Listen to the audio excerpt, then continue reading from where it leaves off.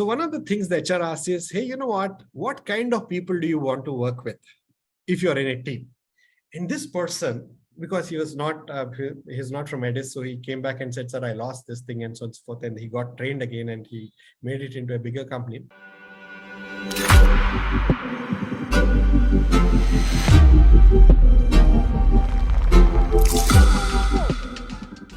Red flags means what are those things which you should absolutely not say, which the HR is looking for.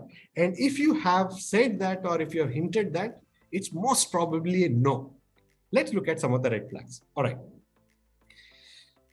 If they have given you a time, if they've given you a link, if they have given you an address, if they've given you a place where you need to be, you not being on time is absolutely a first big red flag. You have to be on time.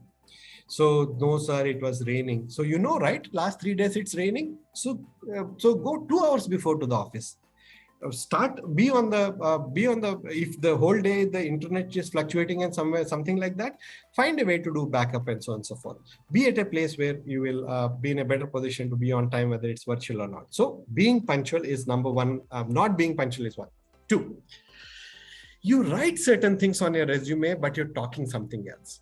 In your resume, you say that my hobby is photography and traveling. But when they ask you what you do in free time, you talk about, I watch a lot of TV. It's not that it's right or wrong. They want to know or they want to expand.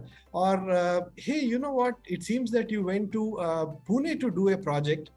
Sir, that I thought I will go. That's only an academic project, sir. But actual project I did in BHEL in Hyderabad. So inconsistencies. Hey, there is your CGPA is so-and-so. Sorry, sir, that's a mistake. I had to update my CGPA. You cannot have inconsistencies in your either what you're speaking or on your resume or in the discussion. So you should speak with a lot of clarity and consistency. This is a red flag. What is a red flag? People talk about culture and all that, right? So one of the person, very young person, very smart young programmer I know of, he is very, very good at competitive coding and all that. So one of the things the HR asks is, hey, you know what kind of people do you want to work with if you're in a team? And this person, because he's not from Edis, so he came back and said, sir, I lost this thing and so on and so forth. And he got trained again and he made it into a bigger company. He said, sir, by mistake, I said, I generally like to work with boys. I don't like to work with girls. They're very slow.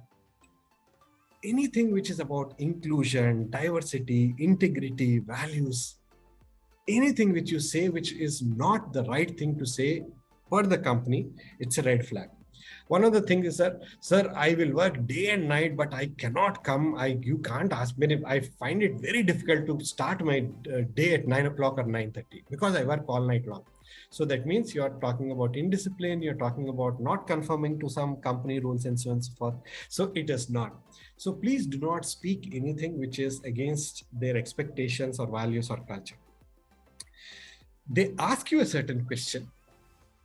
If you're not able to listen because of an audio thing, you can ask again, sir, can you please repeat? I could not hear. The poor listening skills is not the audio here. They're asking, tell me something about you are very, very good in your first and second year academics, but what happened in the third year? Sir, actually, I'm very interested in programming. So I did this project here. And what is the question they're asking? Why did your scores come down? Or they're saying, hey, I see you are from the electrical background, but you did a lot of projects on Java and, in Python and specifically in Python web development. But those are not the projects. Sir, I joined a company, a training company, and they made me do, what is the question? You're an ECE person. Why are you doing? So the right is to listen. Sir, even though I'm from an ECE background, I did my core in ECE project. But the reason I put these 2 software projects here is because I'm applying for a software job, sir. And I'm sure you would want to know about what software skills, competencies do I bring.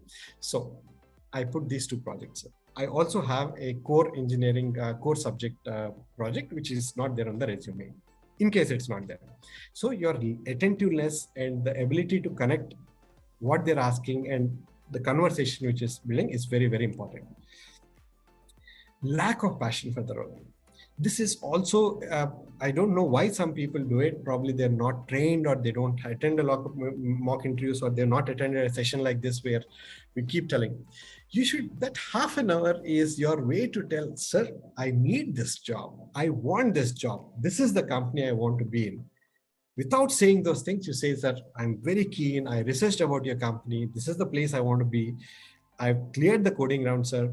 And I'm just hoping that I do a very good HR round and that you release an offer to me so that I can be in my dream company. So you have to. So I'd say, why do you want to join this company? Sir, any company is okay, sir. It's my first job. So you came to my campus, or you asked me to do a coding round, my TPO said, so I am doing it.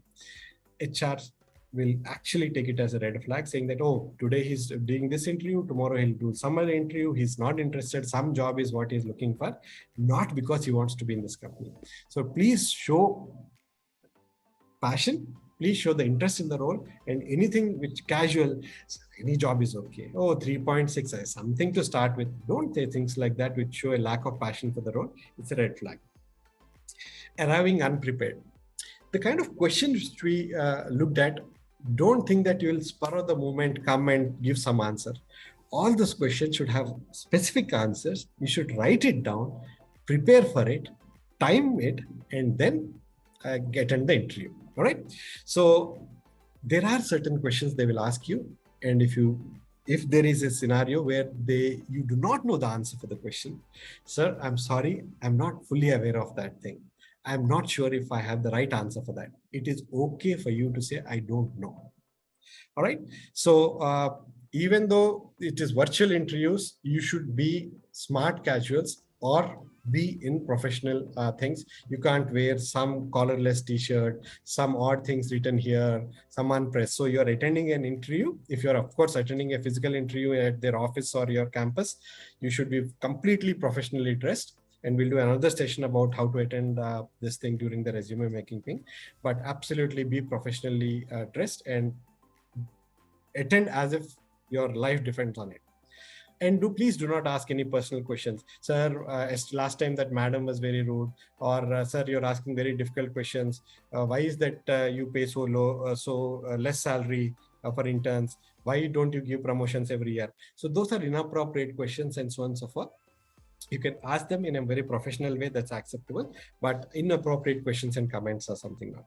And last but not the least, red flag is HR is asking you some questions and you have nothing to ask them back.